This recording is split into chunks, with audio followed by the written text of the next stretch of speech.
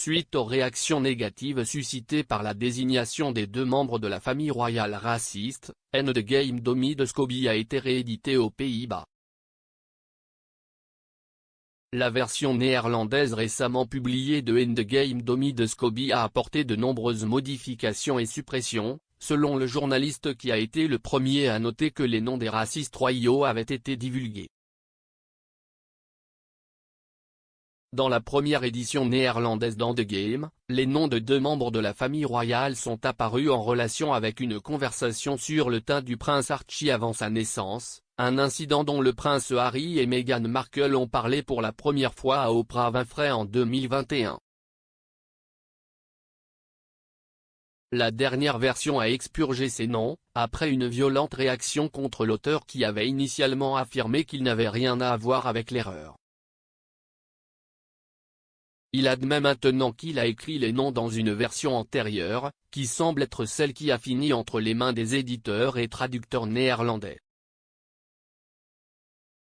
Dans un article publié sur les réseaux sociaux, le journaliste néerlandais Rick Evers a noté que des centaines de changements avaient été apportés au livre, même si beaucoup d'entre eux impliquaient un simple changement de nom.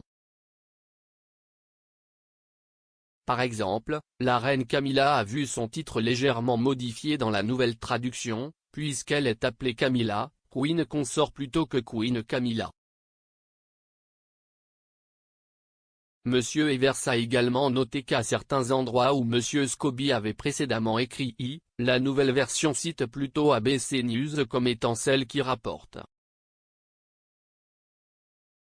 Il a commenté que certaines sources ont été complétées ou de nouvelles sources ajoutées, affirmant sa conviction que les ajustements venaient du camp du Sussex, car des sources proches de Harry et Meghan ont été citées différemment.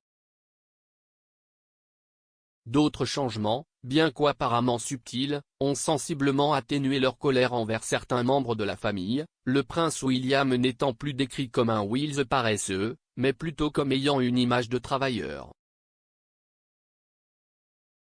Dans une autre anecdote dans laquelle l'auteur raconte avoir heurté accidentellement le prince de Galles, il ne dit plus que William l'a fait peut-être exprès, mais affirme qu'il avait l'air un peu surpris.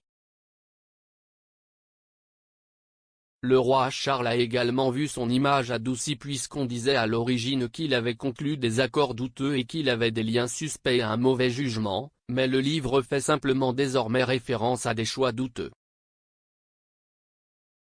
Même Meghan n'est plus décrite comme ayant des problèmes de santé mentale, mais a plutôt vécu une période difficile au sein de la famille royale.